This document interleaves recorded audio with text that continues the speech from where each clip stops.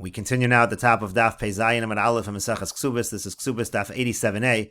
On the previous Amud, the Mishnah discussed a situation where a husband exempted his wife from taking a shvua, and the question is, what exact shvua are we talking about over here? So Rav Yehuda says in the name of Rav, ala petropia shenasis b'chaye bala. The case over here is she was made to be a stewardess during the lifetime of her husband over the property, over the business of her husband, and so now he wants to administer an oath to make sure that she used the property in the correct manner, she didn't misappropriate it, and so there, if he exempted her when he got married, if there was a stipulation in the marriage that he exempted her from an oath, so she does not have to take an oath. And the Gemara continues, Rav Nachman Amar Rabba bar Ravua. Rav Nachman says that Rabba bar Ravua says the case is not talking about apotropia, rather it's al hapogemes ksubas, it's talking about a woman who is pogemes, she ruins her ksuba. What that means is that she admits that she already collected part of the ksuba, so in that situation, if she wants to collect the rest of the ksuba, she has to take an oath. And again, the Mishnah says that if she was exempted at the beginning of the marriage with a stipulation that she's exempt from taking an oath, she would not need to take an oath. Rashi over here says, Al apetropia potra bechsiva zos mishvuas apetropis. When this stipulation is written into the marriage contract, this shvua she no longer has to take. Im yoshivena chenvanis, meaning to say, let's say he set her up as a storekeeper for his store, she will not have to take a shvua. But according to this answer of Rav Yehuda Marav, avolim pogma ksubasa, according to Rav Yehuda Marav, let's say it would be the other case. Let's say she would be pogemes ksubasa. She would admit that part of it was paid off. The tanan b'masnisan pogemes ksubasa lo tifra b'shvua. The general rule is by a pogemes ksubasa, if she wants to collect her ksuba, she has to take an oath. So lo nifter ameos shvua al yedei tanai. This condition is not going to exempt her from that shvua. Techipater la mishvua dekarami hu Allah. Because when he's saying I'm exempting you from a shvua, that's a shvua that he's placing upon her by making her an apotropia. Avol shvua he garmal nafsha, but if she causes the shvua because she's pogemes ksubasa, lo pater la, that he never exempted her from. That's according to Rav Yehuda from Rav. But ala pogemes. But then the other opinion is Rabba bar Ravua. Rav Nachman says that Rabba bar Ravua says no, we're talking about a pogemes v'kol shekain mishvuas apotropia. He exempts her from the shvua of a pogemes, and for sure he exempts her. Everyone agrees he's going to exempt her from the shvua of apotropia. The mikol shvua patra. The point is, according to Rav Nachman Amar Rabba bar Ravua, he's exempting her from all kinds of oaths. And the Gemara continues, also Rav Mordechai Amra L'Shmaita Kamei Rav Ashi. So Rav Mordechai went over and he said over this Machlokas Amoraim in front of Rav Ashi, and he said as follows. I understand, according to the one who says that we're talking here the shvua of a pogemes ksubasa, that's what she is exempt from. So therefore, demaska daita, that's something that's going to occur to her. She's going to think in her mind, maybe I'm going to have this shvua, and therefore she's going to say, I want a stipulation in the marriage that I don't have to take this oath. Maybe I'm going to need money one time, I'm going to take a little from the ksuba. So she tells him, she makes a stipulation, write in a stipulation in our marriage contract that you will not administer an oath to me. That explanation of pogemes ksubasa makes sense. It makes sense that there would be such a stipulation. But according to the one who says that we're talking about a situation where she was made an apotropia and she's getting out of that stipulation is getting her out of that oath. Did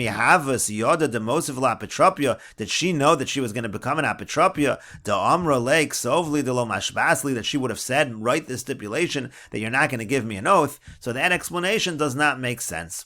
And so the Gemara continues, Amar Le, he said back to him, the reason why you have a difficulty is the following reason. You learn this machlokes Rav Yehuda Amar Rav, and then the other opinion of Rav Nachman Amar Rabba bar Ravua, you learn it on that first part of the Mishnah. But we actually learn a machlokes Amoraim on a different part of the Mishnah, on the end of the Mishnah, and therefore we have no problem. We learn the machlokes Amoraim on the end of the Mishnah, which said as follows. The end of the Mishnah says, let's say she goes directly from the gravesite of her husband to her father's house, meaning she doesn't involve herself at all with any business affairs of the husband who died, or she goes right back to her father-in-law's house, same idea. She doesn't become an apotropia, so ein hayorshin mashbianosa. So then, those who inherit the husband, those who inherit their father, they cannot administer any oath. V'im nazis apotropia. Now it's said in the Mishnah, but if she does become an apotropia, let's say she does become a stewardess over the property, so then Yorshin mashbiyan osala asid lovo. The Mishnah said that the Yorshim are allowed to administer an oath to her for any future things, meaning anything that takes place from now forward. Ve'in mashbiyan osal sha'avar. But they're not allowed to make her take an oath on things of the past, because again, she was exempted from taking oaths on those issues b'chaye bala during the lifetime of her husband. And so the Gemara says, sha'avar ma'avidita. So on this issue, what does it mean on things of the past? What are we discussing over here? And that was the machlokas amuroim. Amar Rav Yehuda Marav. Rav Yehuda says that Rav says, ala petropia shenasis b'chaye habal. We're talking about during the lifetime of the husband if she was a stewardess over his business affairs. So that's what we mean to say. There's no oath administered for that. Avol bein misa lekvura. But according to Rav Yehuda Marav, what about for that little amount of time between his death and the time that he was buried? So according to Rav Yehuda Marav, we're strict with her. Mashbi'in Allah, we do make her take an oath at that point in time. For Rav Masna Amar, but Rav Masna says, no, that's not true. Afilu bein misa lekvura lo mashbi'in Allah. Even between the death and his burial, we are not going to make her take an oath. The idea is that people, they are too preoccupied with the burial, so we're not going to expect them to get everything correct in terms of handling the business affairs, and therefore we're lenient with her in terms of that small period of time. Diamri nahardoi, because they say in nahardoi, lekarga when it comes to the head tax, ulamizone when it comes to sustenance. This is talking about sustenance for a wife and daughters and yisomim orphans, vilikvura, and also for burial, and that's what we're referring to over here. Mizavninan below achras, so you're allowed to sell property, talking about the property of the yisomim, and you don't need to make any announcements. You don't have time to deal with those kind of issues, and therefore you see you can do it quickly. There's an assumption that it might not be done perfectly, and no oaths should be administered for that point in time. And the Gemara continues, Amar Rabba, Amar Rabbi Chia. Rabba says that Rabbi Chia says, what if he makes a stipulation in the following manner, de lo nadar or de lo shvua? Let's say he says there's going to be no neder and there's going to be no shvua. So then we understand it as follows. Hu eino yachol lashbia. He, meaning the husband, he cannot administer to her that she has to take an oath. Avol yorshin mashbiyan osa. But with that kind of phrasing in the stipulation, those who inherit him are allowed to administer an oath to her. But if the phrasing was niki neder, niki shvua, that you're clean from neder, you're clean from shvua, so that means to say beinhu uvein yarshin ein mashbiyan osa, whether it's talking about him, whether the yarshim, they're not allowed to administer an oath to her. Hachi kamerla, because this is what he's saying to her, menakis mishvua, so you are clean from all dinim related to shvua. That is the first opinion. That's the opinion of Rabbi Amar Rabbi Chia.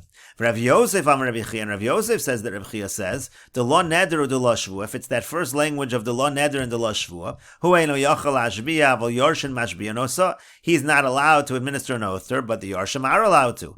Niki neder, niki shvua. Now if he says niki, you're naki from neder, you're naki from shvua, then it's actually the opposite. Bein hu uvein yarshin, whether we're talking about him, whether we're talking about the yarshim, mashbiyan osa, they are allowed to administer an oath in that case, because hachi kamerla, because here's what he really means. Niki nafshech b'shvua, so you have to take an oath in order to cleanse your soul. He's telling her that he does want her to take an oath. And the Gemara continues, Shalach Rav Zakoi l'Marukva.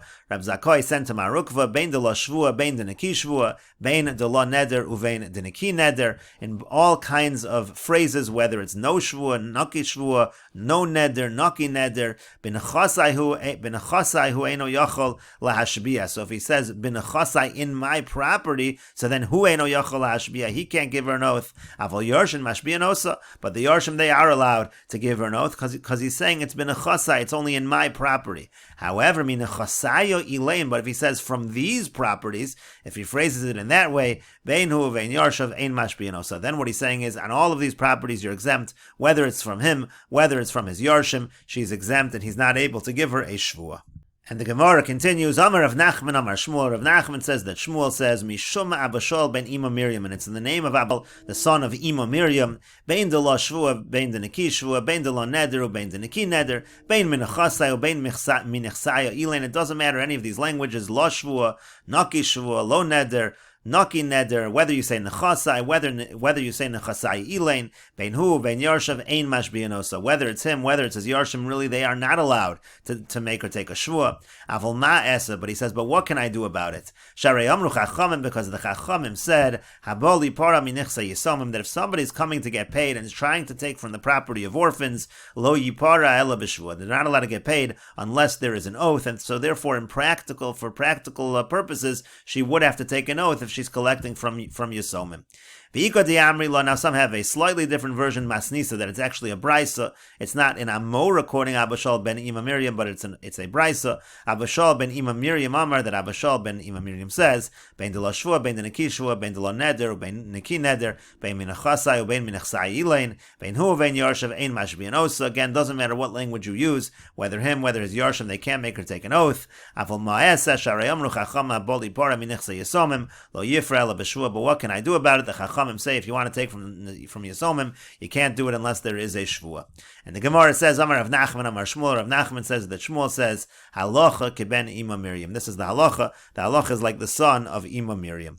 And the Gemara continues with the Mishnah, Hapogemes ksubasa lo tifra ela b'shvua. If a woman, like we said earlier, if a woman is pogemes ksubasa, meaning she says that some of this ksuba was already paid off, and she's coming to collect the rest, she cannot take payment without taking an oath. Eid echad mi'ida she'ipru. Now let's say one aid says that it's already paid. So one aid is saying she's not entitled to the ksuba. So again, if she wants to collect lo sifra ela b'shvua, she cannot collect unless she takes a shvua. Anytime she's trying to collect from the property of orphans, anytime she's trying to collect from property where there was a lien, let's say the property was sold, she's trying to take from lakuchos, vishalo b'fanav, or anytime she's trying to collect and the husband is not there, the husband isn't present, lo tifra ela b'shvua, she cannot collect unless she takes an oath. And the Mishnah explains each case. Hapogemes ksubasa ketzad. What is an example of pogemes ksubasa? Haisa ksubasa elef zuz. Let's say your ksuba was 1,000 zuz. V'yomar lo hiskabalt ksubasech, and he says to her, you've already received your payment, your ksuba. V'yomeres lo hiskabalt, and she says, I never got it. Elamona, but I do admit that I got a mona. Lo tifra ela b'shvua. She can't collect the rest unless she takes an oath. Eid echad mi'ida she'prua ketzad. What's an example of a situation of an eid echad? Haisa ksubasa elef zuz. Let's say your ksuba was 1,000 zuz. V'yomar lo hiskabalt ksubasech, and again he says you've already received your ksuba payment. V'hi omeres lo hiskabalti. She says I did not receive it. V'eid echad mi'ida she'prua. But one aid does say that it was already paid off. Lo tifra ela b'shvua. She cannot collect unless she takes an oath. Minachasim mishubadim ketzad. What's the example of a situation of nechasim mishubadim? Machar nechasav lacherim. Let's say he sold his property to others. V'hi nifras min halakuchos, and now she is getting paid, and she's trying to collect her payment rather from lakuchos, from those who bought the property. Lo tifra ela b'shvua. She cannot collect unless she takes an oath. Minichse yisomim ketzad. What's an example of from nichse yisomim? Case would be as follows: Mace, the husband dies, v'iniach nechasav liyasomim, and he left over his property to the orphans, v'hinifras min yasomim, and she's trying to collect her ksuba from the orphans, lo tifra ela b'shvua, she can only collect if she takes an oath, v'shalo b'fanav ketzad, and what is the case of shalo b'fanav? Halach lo l'medinas hayam, let's say he traveled far away overseas, v'hinifras shalo b'fanav, and she's trying to collect not in front of him, eino nifras ela b'shvua, she can only collect if she takes an oath, and we'll continue with this discussion in the next video on Daf Zayin Amud Beis.